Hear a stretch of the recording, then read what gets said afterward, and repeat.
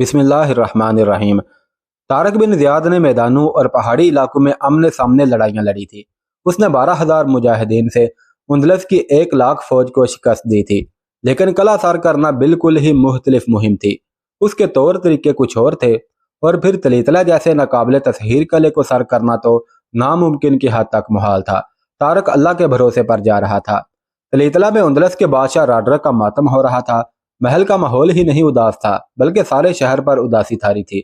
इस उदासी में खौफ का उनसर नुमाया था। राडरक की 1 लाख फौज के कुछ बचे कचे फौजी तलेतला पहुंचे। उनमें वो गैर फौजी रजाकार भी थे जो राडरक के ऐलान पर फौज के साथ दरियाई गादलीद की जंग लड़ने के लिए चले गए थे। उनके अलावा दूसरी जगहों से भागे हुए लोग भी तलीतला चले गए थे। उन्होंने वहां जाकर मुसलमानों के मुतालिक ऐसी बातें लोगों को सुनाई थी जैसे मुसलमान चीतों और भेड़ियों की तरह अपने मुकाबले में आने वाली फौज को चीर फाड़ देते हों। तलीतला जंगे गादलीद से पहले भी अफवाहों का शहर बन चुका था। यह उन दिनों का वाकया है जब राडरक ने ऐलान किया था कि शहरी फौज में शामिल हो जाएं। राडरक तारक बिन ज़ियाद को उंदलस से निकालने के लिए पम्पलूना से गादलीद की तरफ जा रहा था। वो पास बहरूप बदल कर तलीतला गया और यहूदी औरत मीरनिया से मिलकर वो शहर के लोगों पर मुसलमानों की दहशत तारी करने का इंतजाम कराया था। तलीतला के गोथू ने शहरियों में ऐसी अफवाहें फैलाई थीं जिन्होंने शहरियों को खौफजदा कर दिया था।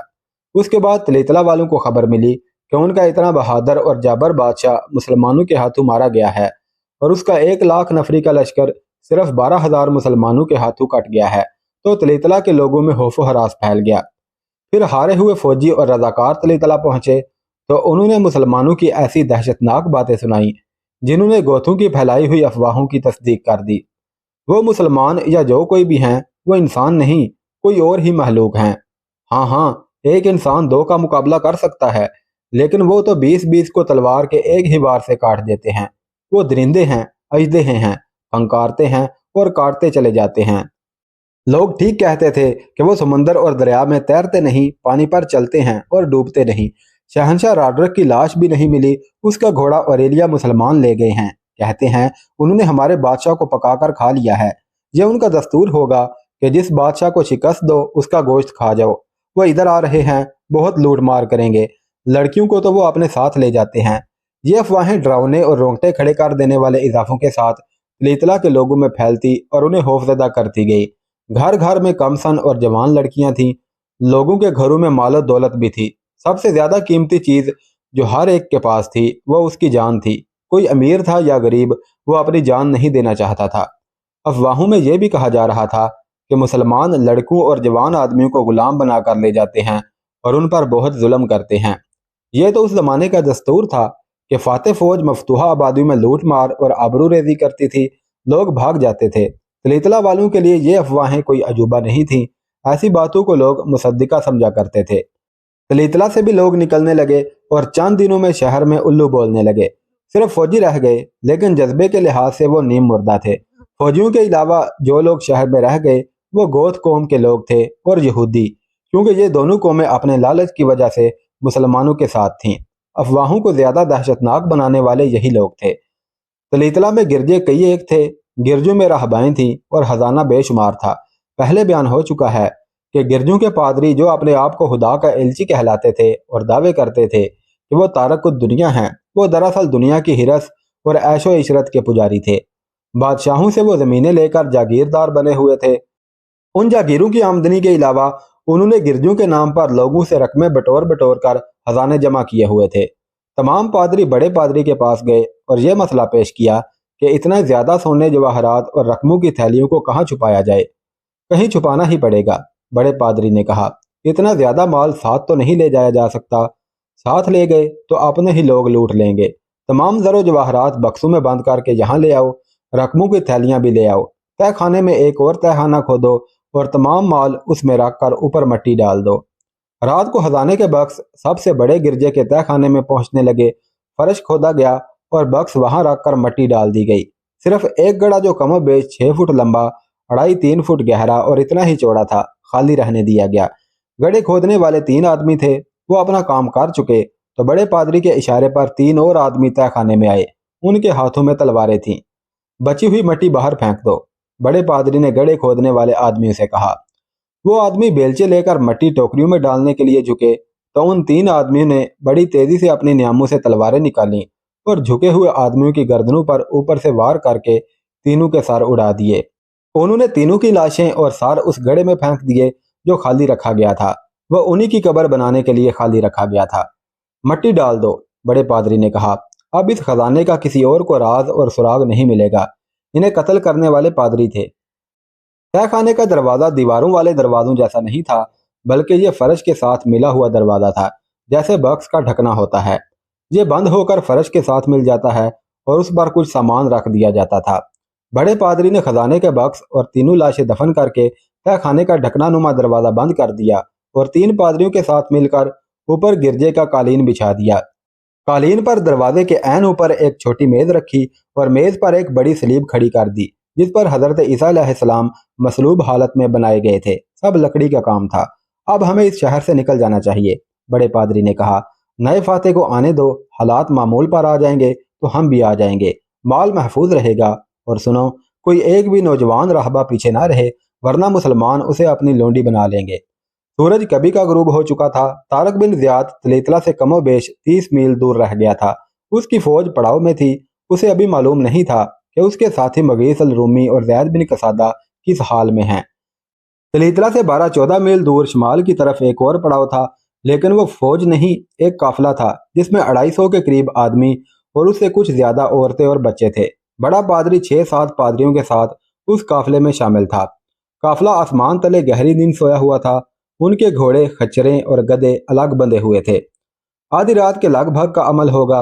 पड़ाव से जरा ही परे एक दरख्त के चौड़े तने की ओट में एक नौजवान लड़की, जिसका नाम ऐना मेरी हिल्दा था, सोए हुए काफिले की तरफ देख रही थी। वो राहबा थी। उसे 13-14 साल की उम्र में कलीसा में ले गए थे और अब उसकी उम्र 22-23 साल थी। ज़ाहरी तौर पर तो उसे तारक दुनिया नन बनाया गया था, लेकिन पादरी ने उसे अपनी दाश्ता बना रखा था। और यह कोई राज नहीं था। ये पादरी तो अपना हक समझते थे जो उन्हें कलीसा ने दे रखा था। सोए हुए काफिले की तरफ से एक स्याह साया उसकी तरफ चला। वो आहिस्ता आहिस्ता रेंगता सरकता उस तक पहुंचा। इतनी देर से इंतजार कर रही हूँ, ऐना मेरी ने कहा। तुम इस तरह क्यों आ गए हो जिमी? घोड़े कहाँ हैं? फौरन घोड़े लाओ, हमें यहाँ से वापस जाना है। पूरी बात तो बताओ, जिमी ने कहा। दिन को तुमने इतना ही बताया था कि रात को 2 घोड़े लेकर आ जाना।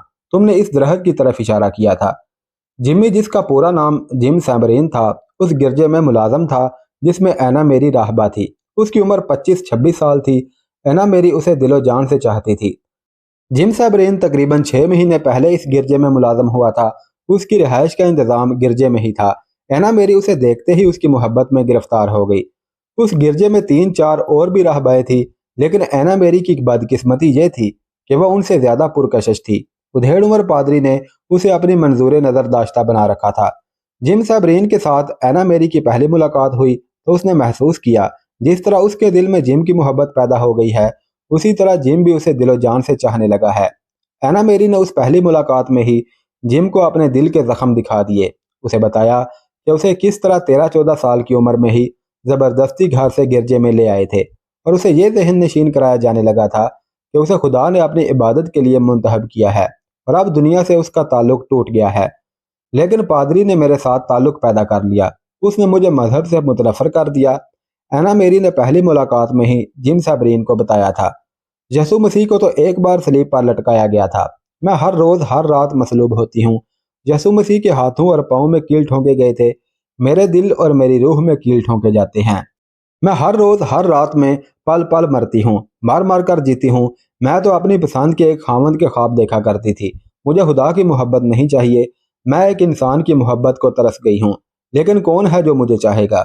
मुझे खुद अपने जिस्म से बदबू आती है। तुम मुझसे नफरत करने लगोगे जिमी।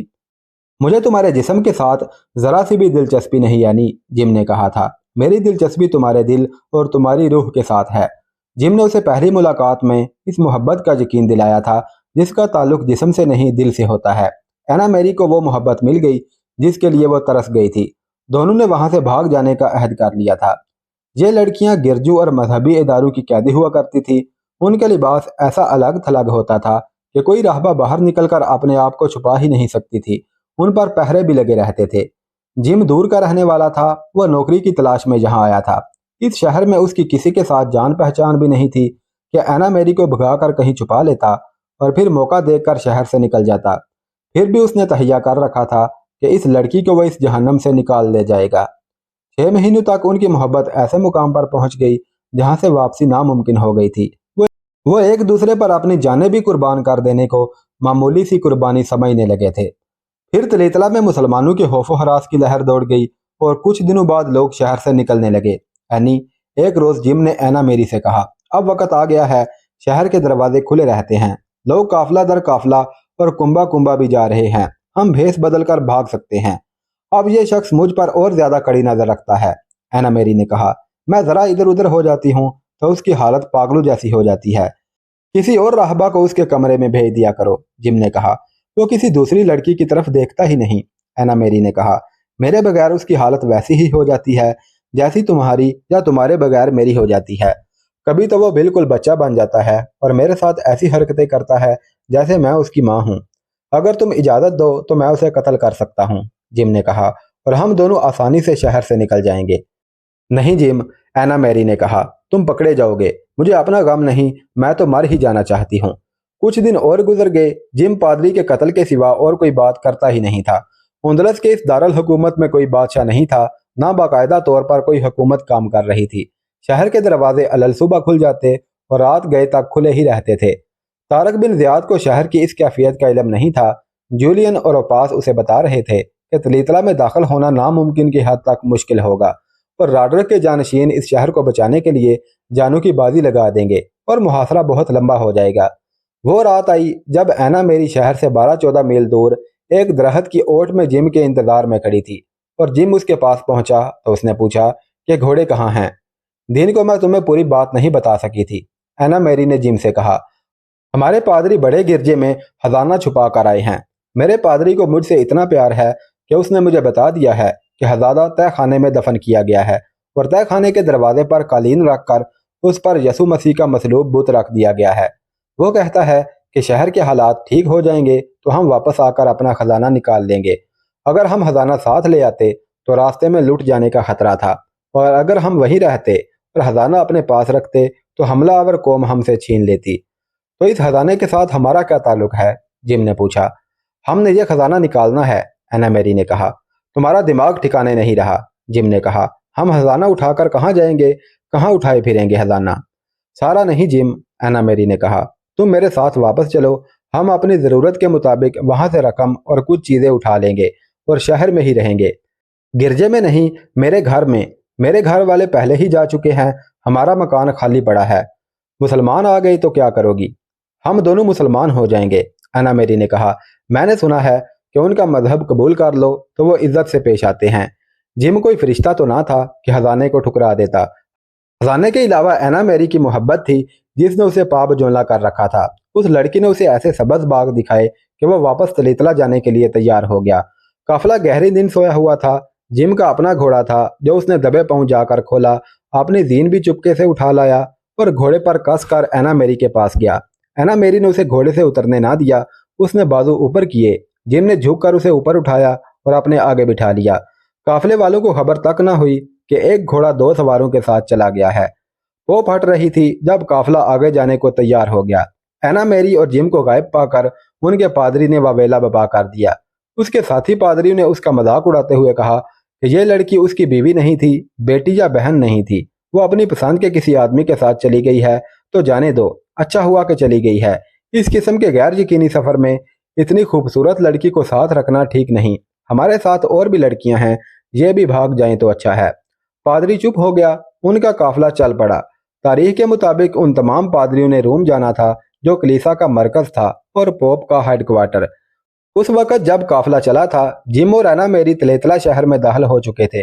उन्होंने 12-14 मील का फासला रात को ही तय कर लिया था और दरवाजे खुलने का इंतजार कर रहे थे। जो ही दरवाजे खुले वो शहर में चले गए और ऐना मेरी जिम को अपने घर ले गई। घर का सामान, पलंग, बिस्तर, बर्तन वगैरह ऐसे पड़े थे जैसे घर वाले बाहर निकल गए हों और अभी वापस आ जाएंगे। दोनों ने दिन उस घर में गुजारा। लोग एक दूसरे की देखा देखी शहर से जा रहे थे। मकान खाली हो रहे थे। कोई किसी भी खाली मकान में चला जाता तो कोई देखने वाला और कोई पूछने वाला नहीं था। जिम और ऐना मेरी को ऐसा खतरा नहीं था कि कोई उन्हें पकड़ लेगा कि वो इस घर में क्या कर रहे हैं। आधी रात से कुछ पहले का अमल था जब वो दोनों घर से निकले और बड़े गिरजे की तरफ चल पड़े। जिम ने घोड़े की बाग पकड़ रखी थी और दोनों पैदल जा रहे थे। उन्हें तवक्को थी कि गिरजे के अहाते का गेट बंद और मुकफ्फल होगा, लेकिन उन्हें गेट खुला हुआ मिला। गिरजे की इमारत तारीक थी। जिम और एना मेरी इससे ज्यादा तारीकी में भी उस गिरजे के कोने कोने और गोशे गोशे पर पहुंच सकते थे।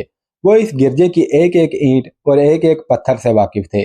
उनके पास एक मशअल थी जो उन्होंने तय खाने में उतर कर जलानी थी। दोनों इबादत गाह में दाखिल हो गए, जिसके एक कोने में तय खाने का दरवाजा था। जिम के हाथ में कुदाल थी जो उसने एना मेरी के घर से उठाई थी। उसके पास तलवार भी थी और खंजर भी, और एना मेरी के पास भी खंजर था। जिम ने मशाल जलाई। वो इस कालीन पर खड़े थे जिसके नीचे तय खाने का दरवाजा था। एना मेरी ने बड़ी तेजी से वो तमाम चीजें जो कालीन पर रखी हुई थी घसीट कर परे फेंक दी, और फिर दोनों ने कालीन हटाया। एना मेरी को मालूम था कि यह दरवाजा है। इस तय खाने में वो कई बार गई थी। उसने दरवाजा उठाया और दोनों नीचे उतर गए। तय खाने में मट्टी बिखरी हुई थी और दो लंबूतरी ढेरियां थीं। इनके नीचे खजाना दफन है, एना मेरी ने कहा। देखो जिम, हम कितनी आसानी से यहाँ पहुंच गए हैं, लेकिन हम इतना ज्यादा माल तो नहीं उठा सकेंगे, जिम ने कहा। जितना उठा सके उतना ले जाएंगे, एना मेरी ने कहा। मैं यहाँ कुछ भी नहीं छोड़ूंगा, जिम ने ऐसे लहजे में कहा जैसे उसे अपने आप पर काबू न रहा हो। जितना उठा सके वो तुम्हारे घर छोड़ आएंगे, फिर और लेने आ जाएंगे और सारा माल तुम्हारे घर में दफन कर देंगे। मुसलमान आ गए तो हम इस खजाने की खातिर मुसलमान हो जाएंगे, फिर वो हमारे घर में लूट मार नहीं करेंगे। घर में हम ईसाई बने रहेंगे और अपनी इबादत किया करेंगे। मुझे मजहब के साथ कोई दिलचस्पी नहीं रही, एना मेरी ने कहा। कोई ईसाई हो या मुसलमान, मेरे लिए सब एक जैसे हैं। तुम एक ढेरी खोदो। खुदाई की जरूरत नहीं थी, मट्टी हटानी थी, जो जिम ने बहुत तेजी से हटानी शुरू कर दी। ढेरी फौरन ही खत्म हो गई। कुछ और मट्टी हटाई तो जिम यूं बिदक कर पीछे हट गया जैसे फानदार सांप ने अचानक निकलकर उस पर हमला कर दिया हो। क्या है, एना मेरी ने पूछा। आगे आकर तुम भी खजाना देख लो, जिम ने कहा। एना मेरी के हाथ में मशअल थी। वो गड़े के पास आई तो उसकी चीख निकल गई। गड़े में 3 लाशें पड़ी हुई थीं। लाशों को देखकर खौफ तो आना ही था, लेकिन उन लाशों के सर उनके साथ नहीं थे। तीनों सर लाशों के सीनों पर पड़े हुए थे। एना मेरी जिम के साथ लग गई। वो कांप रही थी। इनका तो अभी खून भी खुश्क नहीं हुआ, जिम ने कहा। ऐसे लगता है जैसे थोड़ी ही देर पहले इन्हें कत्ल करके यहाँ दफन किया गया है। इन्हें कत्ल क्यों किया गया है, एना मेरी ने पूछा। इन्हें मालूम होगा कि यहाँ खजाना दफन है, जिम ने कहा, और ये खजाना निकालने के लिए आए होंगे। जहाँ पादरी अपने आदमी छोड़ गए होंगे, उन्होंने इन्हें देख लिया होगा। यह भी हो सकता है कि ज्यादा आदमी आए हों और हिस्सादारों की तादाद कम करने के लिए इन्होंने अपने इन 3 साथियों को कत्ल कर दिया हो। फिर तो खजाना गया, एना मेरी ने कहा। हट जाओ, जिम ने कहा, मैं दूसरे गड़े से मट्टी निकालता हूँ। एना मेरी अलग हट गई और जिम दूसरी ढेरी की मट्टी हटाने लगा।